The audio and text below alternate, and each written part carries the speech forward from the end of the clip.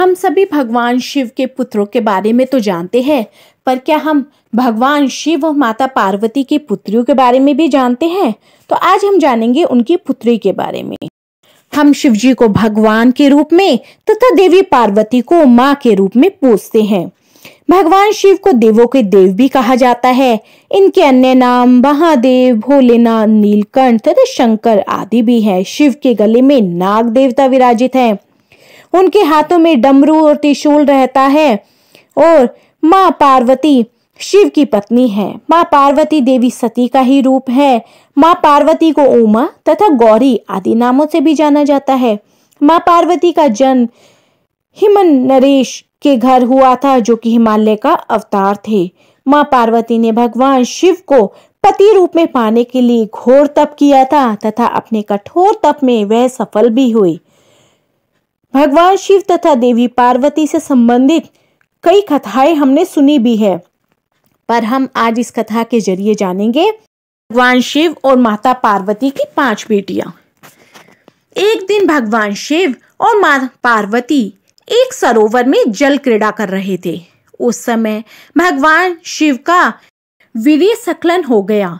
तब महादेव ने वीर्य को एक पत्ते पर रख दिया और उनसे 5 कन्याओं का जन्म हो गया। परंतु यह कन्याएं मनुष्य रूप में ना होकर सर्प रूप में थी।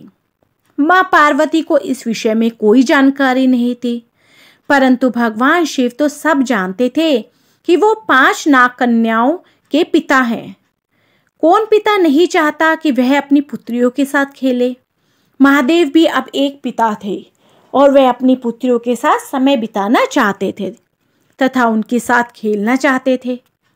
इसलिए पुत्री मोह के कारण भगवान शिव अब हर दिन उस सरोवर पर नाग कन्याओं से मिलने आ जाते थे तथा उनके साथ खेलते। प्रतिदिन महादेव का ऐसा चलने के कारण पार्वती माता को अब कुछ शंका हुई।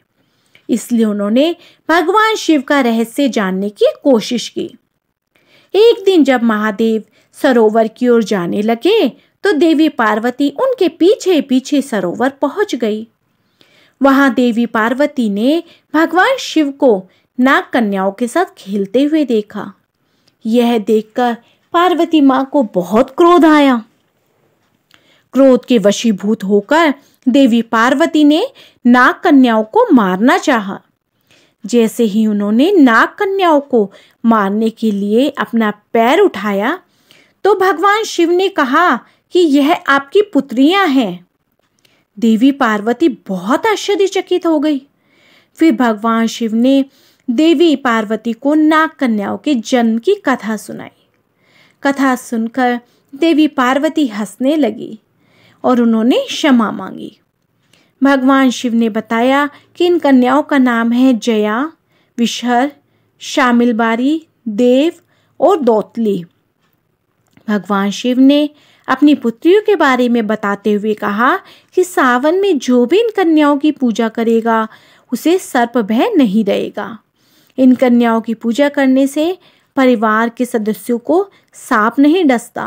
यही कारण है कि सावन में भगवान शिव की 5 नाग पुत्रियों की भी पूजा की जाती है।